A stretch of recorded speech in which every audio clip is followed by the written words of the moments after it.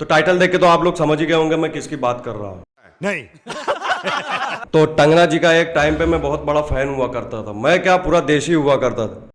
बात तो सही है। पूरा देश नहीं, अन भक्तों को छोड़ के। अन भक्त तो अब इनके फैन हुए हैं। बड़ा हरामी हो बेटा। पर बीजेपी आने के बाद मानो इनको जैसे पर लग गया हो। इनकी दिमागी हालत इतनी खराब हो गई कि क्या ही कहना। और ना मैं अब इनका फैन रहा, ना पूरा देश इनका फैन रहा। क्या बढ़िया था गुरु। चंद पैसों के लिए आप अपना जमीर बेच दोगे, मुझे ये नहीं पता था। खाली हाथ आए थे, खाली हाथ जाना है। पहला सवाल, आपको क्या कहकर बुलाया जाए? अब फिल्म एक्टर, पॉलिटिशियन या बीजेपी की दलाल। मैं दिल खोल के लड़ी हूँ जी जान से, हमेशा उनके पक्ष के लिए, भारत के पक्ष के लिए हमेशा मैंने कोई कसर नहीं छोड़ी। क्या बोली, क्या बोली, क्या बोली, क्या बोली, क्या बोली, क्या बोली? ये मैं नहीं सुन सकता। भारत पक्ष के लिए? अरे नहीं।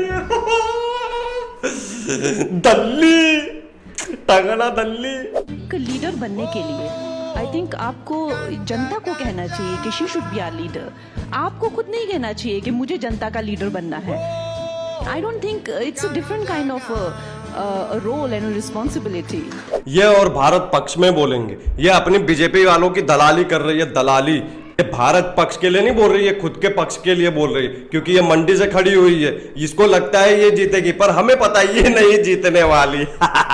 अगर भाइयों ये लोग जीत गए तो मुझे माफ कर देना। कंगना जी सॉरी। और जो आजादी मिली है वो 2014 में मिली है। हम सबके मरने के बाद शरीर मर जाती है, आत्मा भटकती है। पर इस टंगना जी का उल्टा है। इसकी आत्मा मर चुकी है, शरीर भटक रहा है जहां वहां। And they paid a price. Of course वो आजादी नहीं थी, वो भीख थी। इस चंडाल डायन के हिसाब से टीपू सुल्तान ने जो अंग्रेजों के खिलाफ जंग छेड़ी, वो आजादी के लिए नहीं छेड़ी, वो भीख मांगने के लिए छेड़ी। रानी लक्ष्मीबाई ने जो लड़ाई लड़ी, वो देश की आजादी के लिए नहीं लड़ी, वो भीख मांगने के लिए लड़ी। ये सब बातें जो हैं हम लोगों को as a nation we should decide so that there are no confusions like this कि हमें वाकई में आजादी 2014 में मिली है।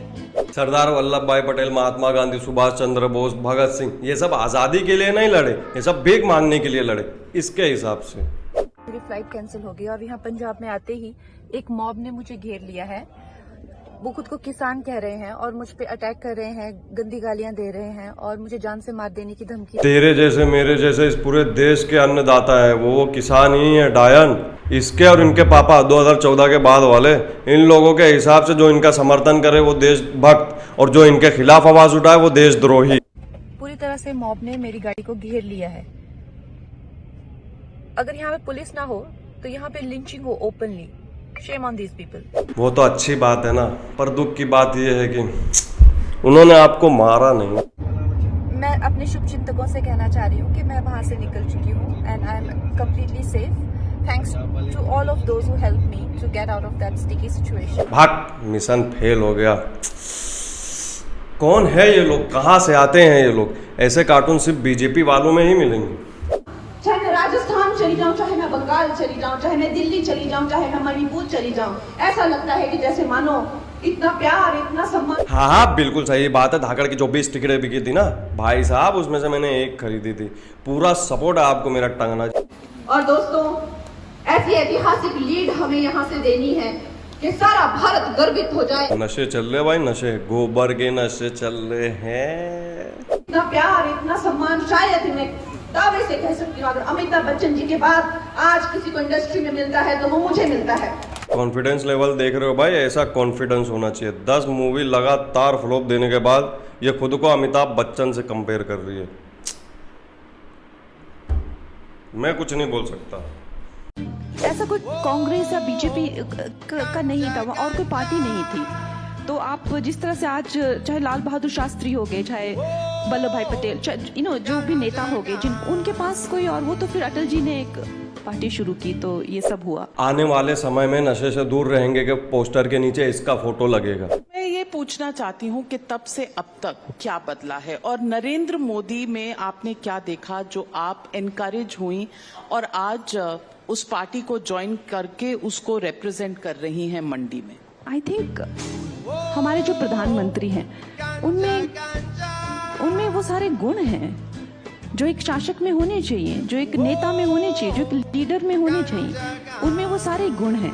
मेरा दोस्त हिमाचल में रहता था और वो बताता था कि मंडी में बहुत तगड़ा माल मिलता है, पर मुझे उसकी बातों पे कभी भरोसा नहीं हुआ। पर इसकी बात सुनकर मुझे ऐसा लग रहा है कि वो सही कह रहा था। जब हमें आज़ादी मिली तो the first prime minister of India Subhash Chandra Bose. तो टंगना जी हमें माफ करिए, हमें इतना गवार नेता नहीं चाहिए। ये जिस गंगा का जिक्र करके आप इसी काशी की धरती पर आए थे, वहीं पर नाव की सवारी पर चर्चा करेंगे। आइए। हम लोग कहते हैं कि बीजेपी में भी बहुत परिवारवाद है। ये बहुत बड़ा चैलेंज था आपके लिए जब 2017 में आप आए, उससे पहले सांसद थे। इन 5 सालों में क्या योगी आदित्यनाथ बदले हैं? तो भाई आप लोगों ने कुछ नोटिस किया? ये लोग बीजेपी वालों से इतने प्यार से बात करते हैं, ऐसे लगता है ये इनके मम्मी पापा दादी चाचा ऐसे। अगर यही कोई ऑपोजिशन वाला बंदा होता तो ये लोग उनके ऊपर ऐसा कूद पड़ते हैं जैसे कोई भूखा कुत्ता खाने को। अल्लाह के बंदे हंस दे, अल्लाह के बंदे, जो भी होगा मोदी आएगा। मैं तो तेरे को हरामी समझता था, तो राम निकला रे, देव मानुस निकला रे। तो गाइस, अगर आप लोगों को हमारी वीडियो अच्छी लगी हो तो लाइक करें, कमेंट करें और अपने दोस्तों के साथ शेयर करें। और आप लोग का फुल सपोर्ट चाहिए। हम लोग को वीडियो बनाने में बहुत मेहनत लगती है। ये ऐसा नहीं है कि 1-2 दिन का काम है, ये हमको हफ्ता 10 दिन महीना भी लग जाता है। इसलिए हमारी वीडियो थोड़ी लेट आती है, तो उसके लिए हमें माफ़ करिए और हमें सब्सक्राइब करिए। जितना हो सके हमें दबा के सपोर्ट करिए।